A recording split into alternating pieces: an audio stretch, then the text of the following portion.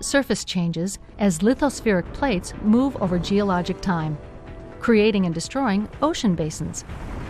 Tectonics creates large-scale relief through the uplift of mountain ranges and the extrusion of lava and ash to build volcanoes. Tectonic activity can also lower the surface through rifting, or build it up from below by the emplacement of massive and complex volcanic structures that sometimes flood the surface. Tectonic activity can push up what was once the seafloor, so that 90-million-year-old beaches stand a mile above the sea and 1,100 miles inland. Subduction at depth can thrust up overlying rocks, transforming the continental shelf into a mountain range, like the Rockies of Colorado. While tectonic activity is controlled by Earth's interior, changes at the surface involve Earth's other spheres. Earth's surface changes because of complex interactions between the geosphere, the biosphere, and the two fluid spheres, the hydrosphere and the atmosphere.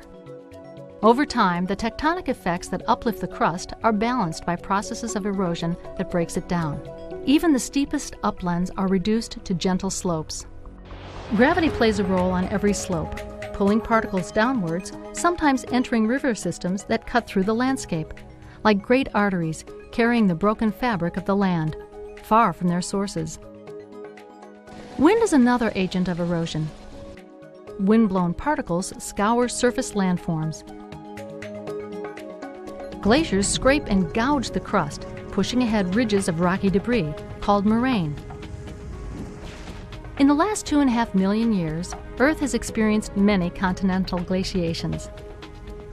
As glaciers melt, ice-dammed lakes sometimes form and fail, with catastrophic results, as flood waves scour the surface across hundreds of square miles, leaving enigmatic landforms like the channeled scablands of Washington State, the results of a gigantic but infrequent event. But glacial cycles can have a more gradual effect on the landscape, as they have on the East Coast, where Manhattan stands today. And so the landscape we see reflects the interaction between tectonics and uplift, and erosion and deposition. It is the balance between them that determines how the surface evolves.